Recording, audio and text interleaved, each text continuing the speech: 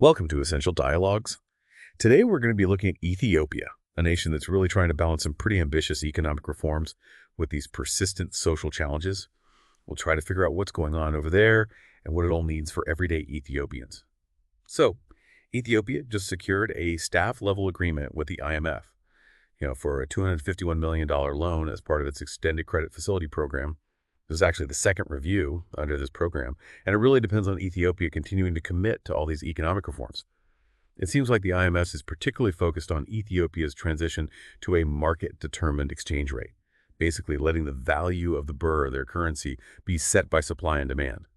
It's supposed to make it easier to get foreign exchange and help trade. And it seems like it's working at least a little bit. The difference between the official exchange rate and the black market rate has gotten smaller. And all this reform stuff has caught the attention of Fitch Ratings. They recently upgraded Ethiopia's local currency credit rating from CCC to CCC+. That's a pretty big deal. It shows more confidence in Ethiopia's financial stability and could bring in more foreign investors. But it's not all good news. Even though these financial numbers look better, some critics say that deeper structural issues are still a problem. Things like inflation and unemployment continue to plague the nation, and they point out that these improvements don't necessarily translate to tangible benefits for the average person on the street. I think this contrast is super important to understand. The Ethiopian government has projected this bold 8.4% economic growth rate for fiscal year 2024-2025. This is based on how resilient the services sector is and expected improvements in manufacturing. But at the same time, this growth target comes while Ethiopia is trying to restructure a lot of its debt, like $15.1 billion. That includes figuring out a suspended $1 billion Eurobond payment. Kind of a reminder of how much they depend on lenders from other countries. So even though people are optimistic about growth, the reality for a lot of people in Ethiopia isn't very comfortable. Austerity measures linked to the IMF reforms have meant rising living costs and less government services. That makes it harder to get things like healthcare and education.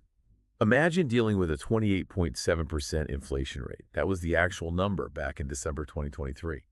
That's the challenge many Ethiopians face. It shows how much economic pressure there is, even with some progress at the macroeconomic level. Ethiopia is walking a tightrope here. On the one hand, they have to maintain fiscal discipline to attract foreign investment.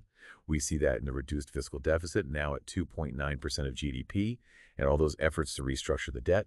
But on the other hand, they really need to address the social challenges that are being made worse by these austerity measures. And there's that massive $20 billion funding gap for reconstruction after years of conflict. So where does Ethiopia go from here? That is a very good question.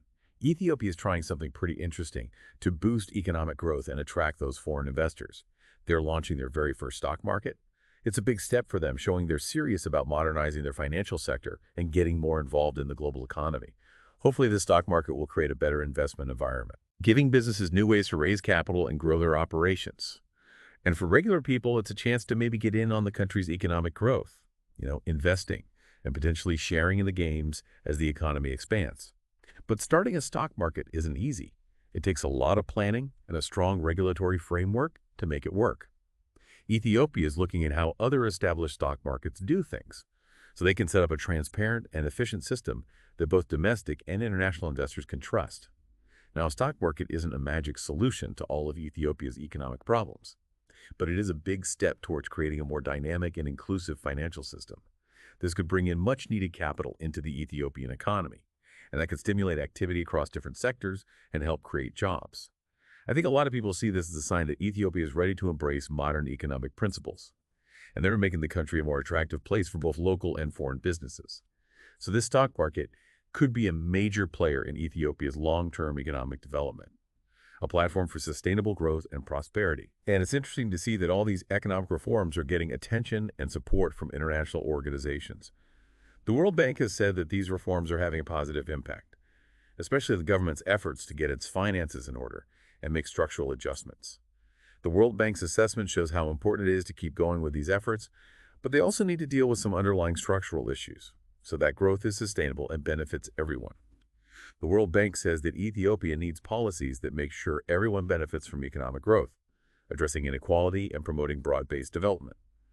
The UNDP has also recognized the progress Ethiopia has made in implementing economic reforms, especially those aimed at achieving macroeconomic stability. But they also say it's important to invest in human capital and social protection programs, to protect vulnerable populations from the negative effects of austerity measures. The UNDP stresses the need for a balanced approach. one that prioritizes both macroeconomic stability and the well-being of all Ethiopians, promoting long-term economic prosperity for the entire nation. It's pretty clear that Ethiopia's journey towards economic stability and, prosperity is a complicated one. It shows how countries have to balance going after these macroeconomic numbers while also making sure their citizens are doing okay. In the end, the real test of Ethiopia's reforms will be whether they actually make life better for everyday Ethiopians, not just about how the economic figures look on paper. And the rest of the world has a big role to play in supporting Ethiopia. They need help to achieve sustainable growth that benefits everyone. The IMF and the World Bank need to stay involved, not just with money, but with expertise and guidance too. And remember that huge funding gap for reconstruction. They need that money to rebuild important infrastructure and help the economy recover. That's the foundation for long-term growth. As Ethiopia figures all of this out, their commitment to both economic progress and the needs of their people is going to be key. It's a story that's going to keep unfolding, and it's a really interesting look at the challenges and opportunities of economic development today. Thanks for joining us for this deep dive into the Ethiopian economy. If you want to hear more in-depth discussions about important global issues, make sure you like, share, and subscribe to the Essential Dialogues podcast.